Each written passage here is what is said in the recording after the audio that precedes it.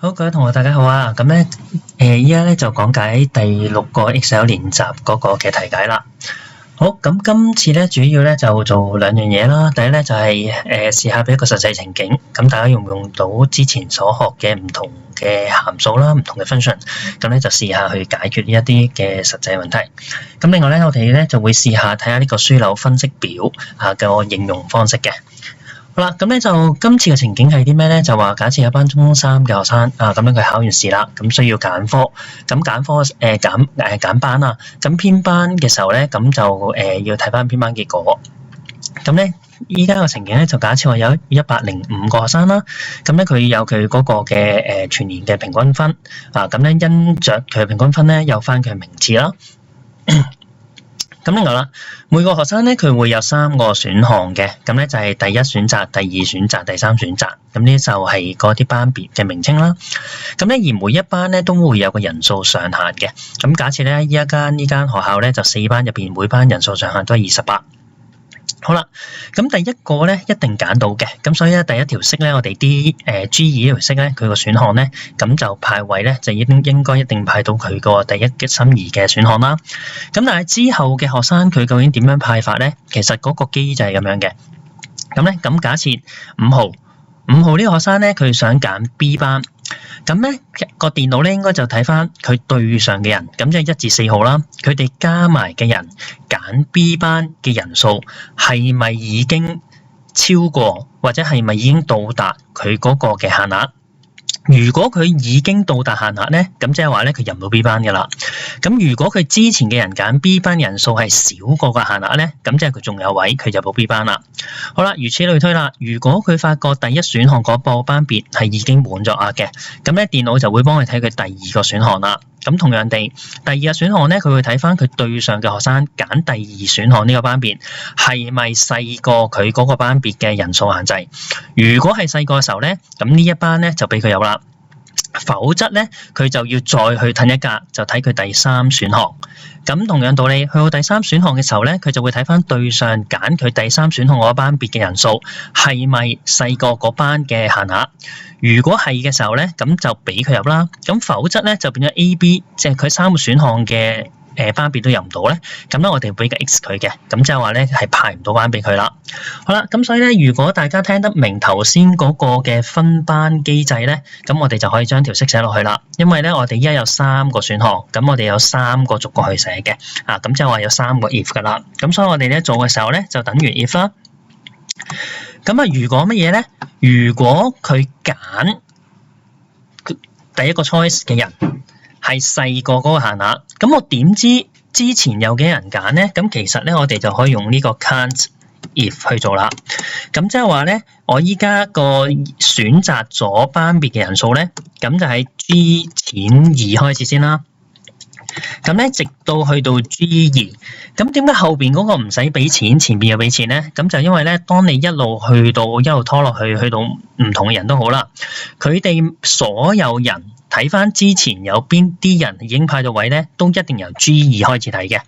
咁但係問題後邊嗰個點解唔使俾錢咧？因為我一路拖落去嘅時候咧，佢就變咗 G2 去到 G2 啦，第一個去到3號嘅時候咧，就變咗係睇 G2 去到 G3。去到4號嘅時候咧，變咗睇 G2 去到 C4 如此類推。咁即係話後邊個範圍會越嚟越大嘅。好啦，咁今次我睇啲乜嘢咧？咁咧就睇下我依家想揀第一個 choice D 呢班。好啦，如果我數翻對上嘅人數，已經派咗班俾人數，咁咧係揀我第一個選擇人數啦，咁 D3 人數啦，係細過 H 減2。咁即係話咧，如果已經派咗位嘅人係細過我個班別嘅限額，咁即係我有位剩啦。如果我有位剩嘅時候咧，我就直接俾翻我揀個班俾佢啦。咁今次係 D3 啦。咁咧，否則我就要去揀第二個 choice 啦。咁所以咧，如果你睇得明之前呢橛嘅時候咧，呢個 if 咧，咁咧佢個做法咧就係話啦，我數翻對上嘅同學仔。如果對上嘅同學仔揀我第一個選項嗰啲人嘅數量係細過嗰班嘅容量咧，嘅限額咧，我就能夠入到去啦。好啦，如果第一班入唔到去嘅時候咧，我就將條式就多次啦。咁今次咧我就唔係睇 D3 啦，因為第一嗰個已經滿咗額啦。咁今次咧我就睇我第二個選項嗰個。咁如果我第二個選項嗰個係細過個限額咧，咁咧我就俾我入去第二個選項嗰班啦。好啦，第一個選項唔得，第二個選項都唔得嘅時候咧，我就要去第三個選項啦。咁所以今次咧，我哋就會睇 F3 啦，一樣啦。如果揀我 F3 第三個選項嘅人係少過限額咧，我就俾 F3 佢啦。咁否則咧，我就要俾個 X 佢噶啦。好，去到最嬲尾，我哋就補翻啦，因為我哋話開3括號咧個數量會係一樣嘅，咁所以咧我哋就補翻幾個括號俾佢啦。咁補完之後咧，發覺條式就出咗嚟啦。咁即係話咧，第二位同學咧佢可以揀到 D 班啦。好啦，咁我哋繼續落去嘅時候咧，咁首先我哋確認條式冇錯先啦。咁咧我望多次啊 ，can if 睇翻對上嘅，首先第一次佢揀第一個 choice， 如果未滿額，咁就俾第一個 choice 佢啦，否則咧我就睇第二個 choice。咁今次咧就 E3 啦，第二個 choice。咁如果第二個 choice 未滿額咧，就俾 E3 佢啦。再滿埋額嘅時候咧，我就睇第三個 choice F3。如果未滿額咧，就俾佢，否則咧就係交叉啦。好，條式冇問題啦。咁我哋咧就將佢去 double click 啦。咁咧佢咧就可以咧一路幫我咧就將每一個學生佢想收嘅意願同埋個實際嘅名次出咗嚟之後，佢能夠派到一班別咧，咁咧就出咗嚟呢一度啦。咁你見到咧，我哋出晒嚟啦。好啦，咁咧就呢個咧，你見到啦，我哋可以模擬一下。咁譬如我呢度唔睇男唔睇女住啦，我想知道譬如每班派咗幾多嘅，咁我呢度可以睇翻 can if 啦。咁就係個 choice 嗰度，究竟有幾多個係 A 班？你見到咧 A 班、B 班、C 班、D 班咧，依家係派咗28、28、23同埋26嘅。咁咧，我哋可以試下將佢加一次啦。咁睇係咪105咯喎？咁105嚟嘅。咁即係話咧，如果我每班限我設定28咧，你發覺咧係派得晒嘅。咁你可以再試下啦。咁如果譬如我設定25咧，咁你發覺實派唔晒嘅。因為如果設定25嘅時候咧，佢最多每班派到25個。咁所以咧有5個同學咧，佢就派唔到啦。咁你望落去嘅時候咧，咁你應該會見到5個 X 嘅，咁即係呢5個同學咧，佢就派唔到班俾佢啦。好啦，調翻轉啦，你話唔係喎，咁如果我有26個咧，咁應該104啦，有1個同學派唔到，咁咧，但係嗰個係咪最尾嗰個咧？其實未必嘅，因為咧視乎翻佢個選科嗰個選班嘅組合，有機會唔同嘅。咁所以咧，我藉住用呢個方法咧，我就可以調節每一班嘅人數啦。咁咧就讓到佢能夠派到咧係105啦。好。咁我哋咧第一部分咧，咁就去解決用翻之前學過嘅方程去解決實際問題，我哋做完啦。咁第二部分咧，我哋咧就要講翻呢個樞紐分析表啦。咁咧就如果你睇翻嗰個嘅指引嗰度咧，呢度咧我希望分析5樣嘢嘅。咁第一就係每班整體同埋個別性別嘅學生數目啦。咁即係 A 班男仔幾多，女仔幾多，全班幾多。嗱，呢度我哋好容易睇到全班幾多啦。咁但係男仔幾多，女仔幾多，點算咧？咁另外啦，我亦都想睇下每班同個別性別啦嘅平均分數。我話有27個派咗 A 班啦，咁呢27個佢個平均分幾多先？會唔會有邊啲班叻啲，邊啲班冇咁叻咧？咁另外咧就會睇埋佢嘅最高分係幾多啦。咁同埋咧第4樣咧就睇翻平均名次同最高名次。好啦，咁我哋呢一紮嘢咧，其實我哋如果唔用樞紐分析表咧，我哋咧就咁寫方程咧，理論上都做到嘅。咁但係麻煩啲嘅啫。咁所以咧，如果我哋用樞紐分析表嘅做法係點樣咧？咁我哋撳翻去資料嗰度啦。咁資料嗰度嘅時候咧，咁咧我哋咧就有呢一個唔係資料嘅，唔好意思係咁插入呢度。咁插入嘅時候咧，最左手邊咧，你見到有個樞紐分析表咁我撳翻啦，樞紐分析表，跟住之後咧就從表格，因為咧我依家俾某個範圍或者某個表格佢啦。好啦，咁首先咧佢咧預設咧佢擺咗某個位嘅，咁但係你望一望啦，依家我唔係想分析呢啲資料啊嘛，咁所以我要揀翻我要嘅資料啦。咁譬如頭先我哋講過，想睇每班，跟住咧佢嗰個個別性別同埋整體嘅分數等等一啲嘢啦，咁同埋名次啦。咁所以我一定要俾到名次佢嘅，我亦都一定要俾到分數佢嘅，我亦都要俾到性別佢嘅。咁另外咧，我一定要俾到個 choice 佢嘅，因為我知道佢每班啊嘛。咁所以咧，我一係咧就係揀咗 A、B、C 再揀 F 啦，再揀 G 啦。咁因為我要4啦。咁但係咧，如果費事麻煩咧，我就 A 去到 G 俾晒佢啦。好啦，跟住之後咧，我就揀翻喺新嘅工作表啦，就方便我哋去處理啦。咁咧，當你揀完你要嘅範圍，跟住咧選擇新工作表嘅時候呢，撳確定。撳完確定之後咧，佢就會出咗呢個需要分析表嘅樣俾你噶啦。好，首先我哋每一班，咁班嗰度係 choice 嘅，咁所以我扮下 choice 啦。咁你見到咧，佢呢個 A、B、C、D 班左手邊俾咗你噶啦。咁另外啦，我要揀埋性別啊嘛，咁所以咧我加埋個 sex 喺右手邊呢個 tick 埋個 sex 啦。你見到喺列嗰度咧會有 choice 同 sex， 咁咧你睇翻個實際效果咧，佢就會出翻，咁咧就喺列嗰度咧就分別係4班啦，每班分別女同男仔啦，咁我哋咧就基本上咧我哋嗰度根據分類就做完噶啦。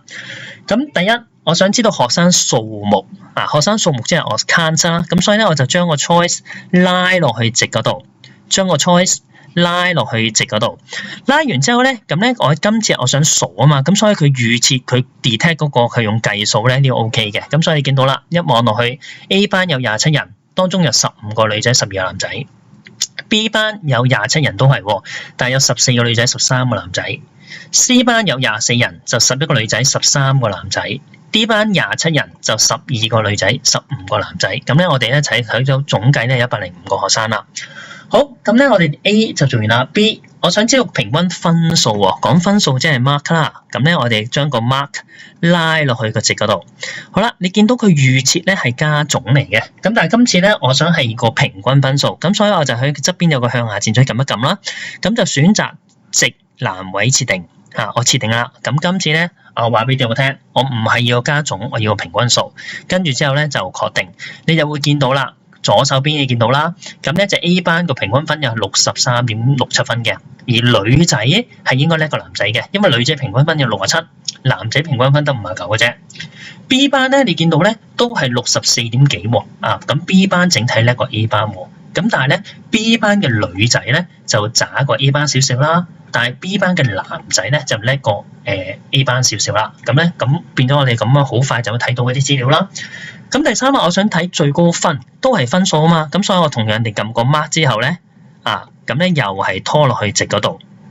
咁今次咧你望到啦，咁我哋咧就下低嗰個咧佢又係加總啦，咁但係我今次唔係加總啊嘛，我頭先撳咗去個側邊箭嘴，右手邊嘅箭嘴，跟住就揀翻值欄位設定。今次我要最高分嘅，咁所以我揀個最大啦。